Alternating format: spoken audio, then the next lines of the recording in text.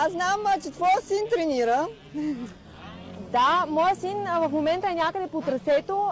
Аз съм майка на Николай Павлов, номер 12, който тренира от миналата година с Майкъл Иванов и благодарение на това е републикански шампион в клас 65 кубика. И не пропуска тренировка, защото всъщност това са му любимите моменти от седмицата.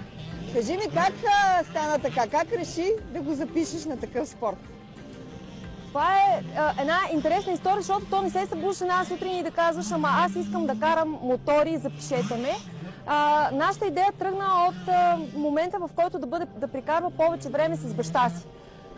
Да имат и двамата мотори и да събота и неделя да отиват да карат. Това се случва за Николай преди да стане на 5 години.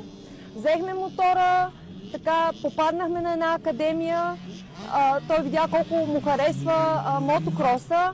Участвахме на състезания и в един момент след първата купа, след първото състезание, тази страст в очите на 5-годишното ми дете ми показа, че това е неговия път от тук сега, нататък. само ми кажи, баща му също ли тренира?